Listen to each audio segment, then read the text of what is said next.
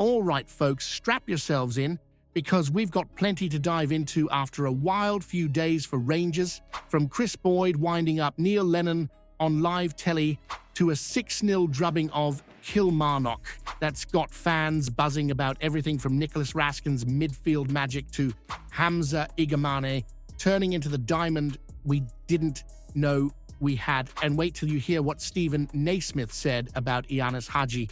Let's just say the Romanians making a lot of us eat our words. But it's not all sunshine and 6-goal thrashings. There's a dark cloud looming over the Rangers AGM with £20 million at stake, and big questions about how the club's been run this year.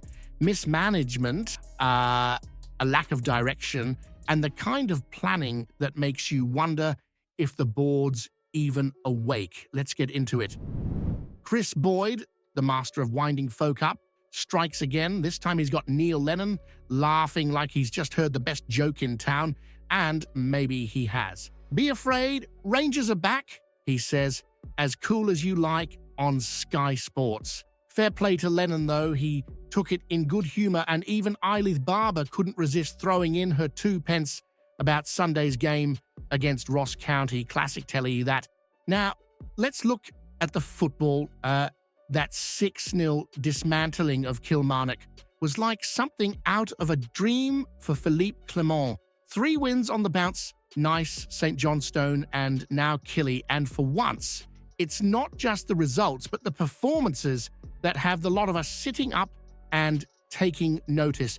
The tempo, the aggression, the sheer purpose in their play.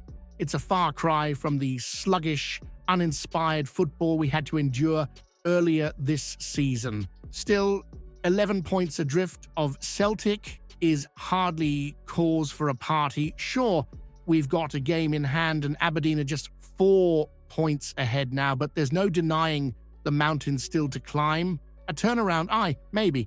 But back, let's not get carried away just yet, eh? Boyd's line is good for a laugh, but finishing second isn't a victory lap for Rangers. It's more like a consolation prize, and we're not in this for second best. So here's one for you. With performances like this finally coming through, who's really to blame for the mess we were in earlier this season? Was it the players, the tactics, or does the finger point squarely at the board for dragging their heels on big decisions? Go on, let's hear your thoughts. Now let's talk about the real unsung hero from that 6-0 drubbing of Kilmarnock, shall we? Forget about the lads getting the glory with the goals. Ianis Hagi whipped in a peach of a cross for Tavernier's opener, but the true standout was Nicholas Raskin. That Belgian maestro didn't even need to get himself on the score sheet to completely boss the match. Raskin was everywhere, wasn't he? Breaking up Killy's attacks like it was child's play, spraying the ball around like he had all the time in the world, and even finding himself in the box to set up Cerny for the 4th goal with some silky footwork. He wasn't just running the midfield, he was the midfield. The man played like he had a sat-nav for every move, linking up defense and attack as if it was second nature. What I loved most, it wasn't just his creativity going forward, although that was top draw, but his tenacity in winning the ball back. Clement's system thrives on players like Raskin, doesn't it? He's the glue that held it all together, keeping the clean sheet intact while still pushing for more goals. Honestly, it's the kind of performance we've been crying out for in that midfield all season. Now, let's get a wee debate going. With performances like that, is Raskin already staking his claim as the best midfielder at Rangers? Or do you think we've seen too many false dawns to get carried away? What's your call? Stephen Naismith's got it spot on with his glowing praise for Ianis Hagi. Massive player, is putting it lightly after that showing against Kilmarnock. The man wasn't just pulling strings, he was tying the entire game up in a neat little bow. 2 assists, both of them served up on a platter, and it wasn't just the quality of the delivery, it was the timing. Perfectly measured just when we needed that breakthrough. It's exactly the kind of creativity that's been missing for too long this season. Let's not forget, Hagi's not had it easy. Frozen out after his stint in Spain, and left to twiddle his thumbs early in the season. It's like Clement's given him a new lease of life. That's what makes this even sweeter. He's not just back in the team, he's one of the first names you jot down on the sheet now. And the way he's picking apart defenses, it's the sort of stuff that reminds you why he became a fan favorite at Rangers in the first place. But there's the wider picture here too, isn't there? Sure, the gap to Celtic is still sitting at 11 points. It's enough to make your teeth itch, but moments like this remind you why you stick around. That 6-0 wasn't just a win, it was a statement. And with big games coming thick and fast, Ross County, Tottenham, then Celtic in the cup final, this little resurgence could still shape the season. Hagi's timing couldn't be better, and Clement will be praying for more of the same. Here's one to chew on. Should Hagi's resurgence push Rangers to build the team around him for the future, or is he just a flash of brilliance in what's otherwise a rocky rebuild? Be honest, what do you reckon? Hamza Igamane, eh? Now, there's a name we're all going to be keeping an eye on. What a belter of a goal that was against Kilmarnock.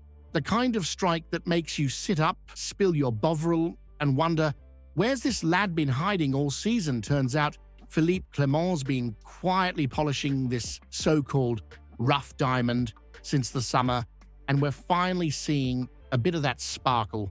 It's mad to think, though, isn't it? A team that's been slated for being toothless all year suddenly puts 6 past Killy, and it's this 22-year-old Moroccan showing us how it's done. A couple of goals in Europe last week, now this. The boy's confidence must be through the roof. Clement's been clever with him too, keeping him hungry, throwing him into the mix at just the right time. It's proper man management, that. And let's not ignore the bigger picture here.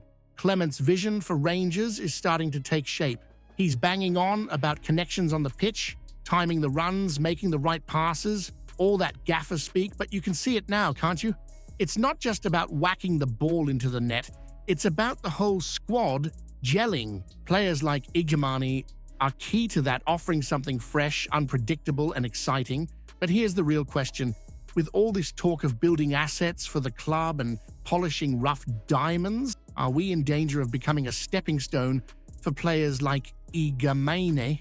Should the focus be on developing them for the badge, or is it all about cashing in later?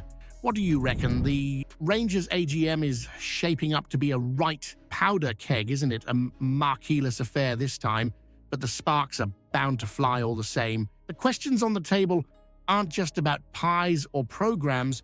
We're talking about the club's future, on and off the pitch. And let's face it, there's plenty for the fans to be raging about. First up, the looming financial black hole. £20 million could go up in smoke if Rangers miss out on direct Champions League qualification. It's a brutal reality.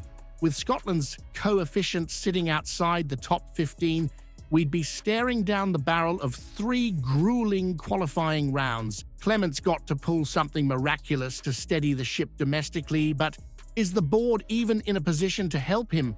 Celtic's board managed to spend £20 million last summer to back their squad. Meanwhile, we've got a CEO starting mid-December, an interim chairman, and half the football operations team seemingly missing in action. That's not a system, it's a shambles. Then there's the question of planning, or more accurately, the lack of it. No recruitment director, no academy director, and a technical director left juggling too many hats. How has the club fallen into this state? It's as if we're running a Sunday league operation instead of one of Scotland's biggest clubs. Clement's lucky, some would say, to even have his job when you consider Beale and Van Bronckhorst were shown the door after beating Celtic. But luck won't fix this mess. And the finances, oh, where do you start? £17.2 million in losses for the last accounts, and we're supposed to be balancing that against record turnover. Champions League football is the golden ticket, worth upwards of £25.7 million just for making it. But how realistic is that when we're trailing Aberdeen? Never mind Celtic. Here's a cracker to get the comments section buzzing. Is the board's incompetence and lack of leadership dragging Rangers further behind Celtic, or are we still blaming the players and managers for not pulling their weight? Come on, what do you think?